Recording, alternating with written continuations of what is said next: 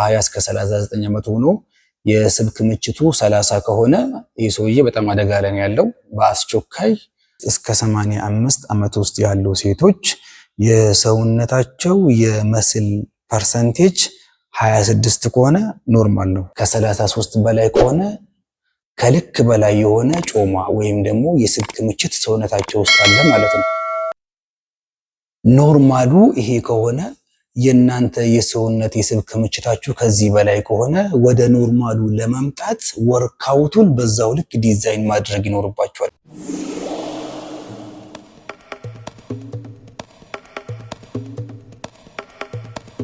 ፊዚካል ፊትነሳችን እየጨመረ በሄደ ቁጥር የስብ ክምችታችን እየቀነሰ ይሄዳል። የመስል ፐርሰንቴጅ ደግሞ እየጨመረ ይሄዳል። እነዚህና የመሳሰሉ ነገራቶችን ለመለካት የምንጠቀምበት ማሽን አንዱ ፊትነስ ስካነር ይባላል። ይህ ፊትነስ ስካነር ማሽን በዋነኝነት የሚለካው ሰውነታችን ውስጥ ያሉ የስብ መጠን በፐርሰንት ስንት እንደሆነ ይለካልናል። በተጨማሪም በሰውነታችን ውስጥ ያለውን የመስል ወይም ደግሞ የጡንቻ መጠን በፐርሰንት ስንት እንደሆነ ይለካልናል ማለት ነው። ከዚህም በተጨማሪ ቦዲ ኤጃችንን ለመለካት ያገለግላል። ቦዲ ኤጅ ማለት የሰውነታችን እንደ ስንት ዓመት ሰው ነው እየሰራ ያለው የሚለውን ይለካልናል። ይህ ብቻ አይደለም፣ ሆዳችን ላይ ያለውን ቦርጭ ብለን የምንጠራውን ወይም ደግሞ ቤሊ ፋት በሳይንሱ ቋንቋ ቪዘራል ፋት ተብሎ ነው የሚታወቀው። ይህንን ቪዘራል ፋት ስንት እንደሆነ የሚለካልን ማሽን ነው ማለት ነው። እንግዲህ ከዚህም በተጨማሪ ሌሎች ብዙ የሚለካቸው ነገራቶች አሉ። ከ5፣ 6፣ 7 ነገር በላይ ይለካል፣ ቢኤምአይን ጨምሮ። በዋነኝነት ፎከስ መደረግ ያለበት እና ብዙም ሰው ማወቅ ያለበት ነገር በውስጡ ያለውን የጮማ ወይም ፋት የስብ ክምችት በፐርሰንት ስንት እንደሆነና ኖርማሉ ስንት እንደሆነ አውቆ በዛ ኖርማል በሆነ ሬንጅ ውስጥ ለመግባት ምን ወርካውት መስራት እንዳለበትና ወርካውቱን በዛ ልክ ዲዛይን ማድረግ እንዳለበት ወርካውቱን በዛ ልክ ዲዛይን እንድናደርግ የሚጠቅመን ማሽን ነው ማለት ነው። አጠቃቀሙ እጅግ በጣም ቀላል ነው። መጨረሻ ላይ ያሳያችኋለሁ። ሰውነታችን ውስጥ ያሉ የቦዲ ኮምፖዚሽኖች ኖርማሉ ስንት እንደሆነ እነግራችኋለሁ። እንደሚታወቀው በጾታ እና በእድሜ የሁሉም ሰው እኩል አይደለም። እንደየጾታና እንደየእድሜያችሁ ሊለያይ ይችላል። የሴትና የወንድ የስብ ክምችት ኖርማል ነው የሚባለው እኩል አይደለም፣ ይለያያል።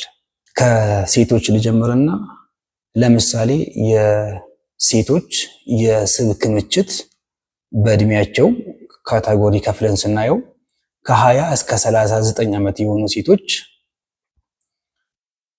ከ21% እስከ 32% የስብ ክምችት ካላቸው ኖርማል ሬንጅ ውስጥ ነው ያሉት ማለት ነው።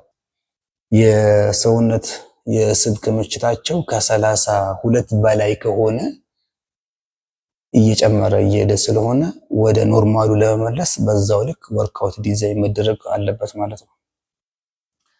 እድሜያቸው ከ40 እስከ 59 ዓመት የሆኑ ሴቶች የስብ ክምችታቸው ከ23 እስከ 33% ነው መሆን ያለበት። ከ33 በላይ ከሆነ ከልክ በላይ የሆነ ጮማ ወይም ደግሞ የስብ ክምችት ሰውነታቸው ውስጥ አለ ማለት ነው። ስለዚህ መቀነስ ይኖርበታል። ለዛም ተገቢውን የሆነ ዲዛይን የተደረገ ወርክአውት መስራት ይኖርባቸዋል ማለት ነው። እድሜያቸው ከ60 እስከ 79 ዓመት የሆኑ ሴቶች ከ60 እስከ 79 ዓመት የሆኑ ሴቶች የስብ ክምችታቸው በሰውነታቸው ውስጥ ከ24 እስከ 35% ነው መሆን ያለበት። የእናንተን የሰውነታችሁን የስብ ክምችት በዚህ ማሽን እና በሌላም አይነት ዲቫይስ ከተለካችሁ በኋላ ኖርማሉ ይሄ ከሆነ የእናንተ የሰውነት የስብ ክምችታችሁ ከዚህ በላይ ከሆነ ወደ ኖርማሉ ለመምጣት ወርክአውቱን በዛው ልክ ዲዛይን ማድረግ ይኖርባችኋል ማለት ነው። እሺ ወደ ወንዶቹ ከማለፌ በፊት የሴቶችን እንጨርስ። አሁን ያወራናቸው የሰውነት ስብ ክምችት ነው። አጠቃላይ ሰውነታችን ውስጥ ያለው የስብ መጠን በእድሜ እና በጾታ ከስንት እስከ ስንት መሆን እንዳለበት አይተናል። አሁን ደግሞ ቀጥለን የምናየው ሰውነታችን የመስል ወይም ደግሞ ሊን መስል ኦር የሰውነታችን ውስጥ የሚገኘው የጡንቻ መጠን በፐርሰንት ስንት መሆን አለበት የሚለውን እናያለን ማለት ነው።